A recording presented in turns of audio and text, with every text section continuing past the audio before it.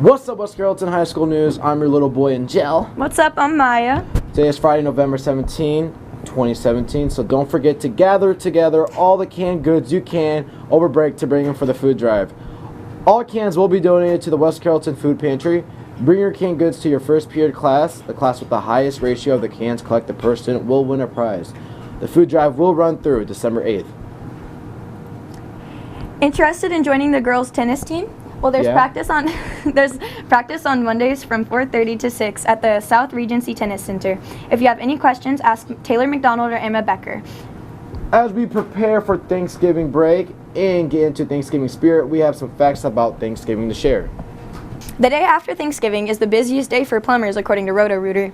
Meal prep and cleanup can clog drains and garbage disposals, and guests requiring additional clothes washing, showers, and toilet flushes put a strain on the household plumbing, the company says. It experiences a 20% increase in calls over the 4-day weekend than any other Thursday to Sunday period in the year. The first Thanksgiving Day parade looked a little different. Every year, millions watch the Macy's Thanksgiving Day Parade in person and on TV. Macy's began the parade, then known as the Macy's Christmas Parade, in 1924 to celebrate their expansion and their new status as the world's largest store. People today would be familiar with most of the first parade's contents. There were floats featuring nursery rhyme characters, and Santa Claus in his sleigh. What might be out of place today were the animals: bears, elephants, camels, and monkeys loaned from the Central Park Zoo. Giant balloons debuted a few years later in 1927 with Felix the cat among the very first. Hey, did you know that Minnesota produces more turkeys than any other state in the U.S., raising to close to 46 million in 2015, according to the U.S. Department of Agriculture? Have turkey questions? Call the hotline. Inside this building in Naperville, Illinois, the nerve center of Butterball is buzzing. Butterball Turkey Talk Line, how can I help you? There are more than 50 experts to take you under their wing. Put a drip pan under the grate. Questions range from the mundane to, can I brine my turkey in the washing machine? And the family dog is inside the turkey and can't get out. Just today, the hotline received 12,000 calls. And I was one of them. My mom always says you should cook the turkey upside down. Is there any truth to that? We don't recommend that at Butterball. Really? It's going to be wobbly, and it's going to be hard and cumbersome to take it out of the oven like that. For those who want a turkey looking like it was fresh out of the oven of a Norman Rockwell painting, the Butterball hotline is open, eager to help those who tend to foul things up. The hotline first opened in 1981 with just 6 people answering the phone. These days, in November and December, they average more than 100,000 calls. The Turkey Talk hotline from Butterball answers all turkey questions, each November and December. It began in 1981 with 6 home economics who answered 11,000 calls about how to cook a turkey. Since then, the hotline has grown to answer 100,000 calls each season and includes Spanish speakers. The first male turkey talk line expert and email, texting, live chat, and social media platforms. Gobble, gobble. Male turkeys, also called toms, are the only ones that can gobble. The females or hens make clucking or clicking sounds. Americans prefer the white meat of the turkey, like the breast. Other countries prefer dark meat. Pacific Islanders, however, prefer a whole different part of the turkey, the tail. In a news report from the University of Michigan, researcher Sela Panapsa says that many islanders love the turkey tail, or more accurately, a gland that attaches to the turkey's body, which is filled with oil that the turkey uses to preen its feathers. On the road again, the American Audible Association, AAA, expects that Thanksgiving travel will be at its highest since 2007, with 48.7 million Americans projected to trek 50 miles or more. This is an increase of about 1 million people from 2015.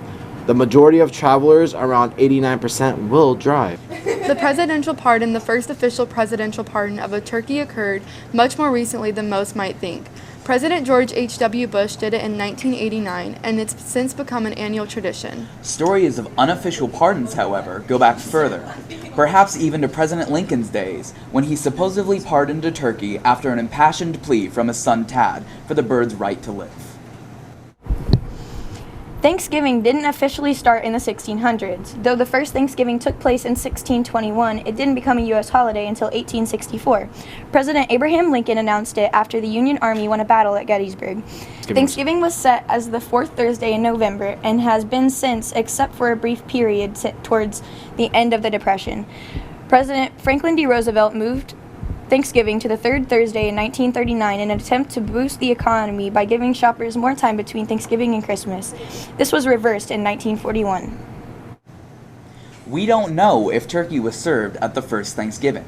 It's not exactly clear if turkey was served at the first Thanksgiving, though colonists and Native Americans did eat wild turkey, according to the Plymouth Plantation, an experimental learning center in Plymouth, Massachusetts.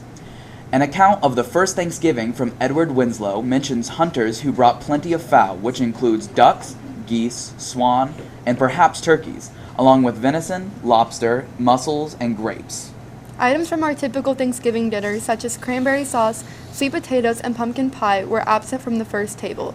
Sugar was expensive at the time, and the Pilgrims likely had none. Potatoes, which originated in South America, also had not made their way to the North American diet. The tradition of football games on Thanksgiving dates back to 1934 when the Detroit Lions played the Chicago Bears in the first NFL game broadcast nationally. George A. Richards, a radio executive and owner of the Detroit Lions team, wanted to gain the attention of fans with a Thanksgiving Day game.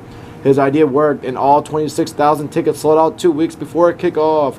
The Lions have hosted a Thanksgiving game each year since the Dallas Cowboys began hosting on Thanksgiving in 1966, and the third game was added with their rotating matchups in 2006.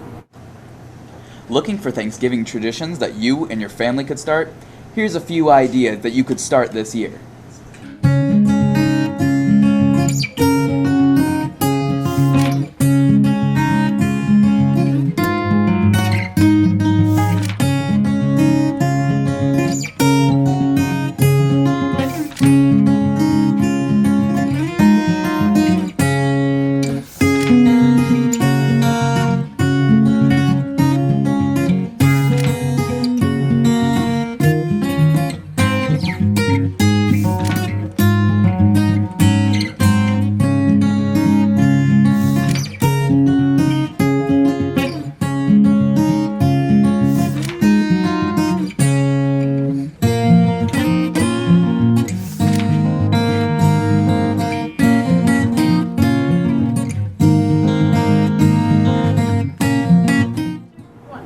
Happy birthday to Michael Herman, Jordan Lanning, Leah Seitz, Abrianna Benson, Isam Laffy, Miss Mitchell, and Miss Priestley. And their birthdays over break.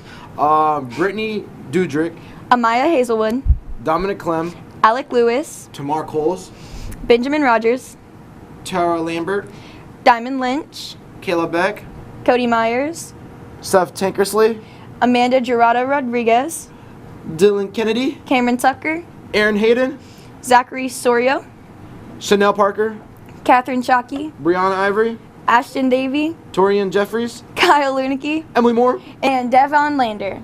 Have a happy and safe Thanksgiving break.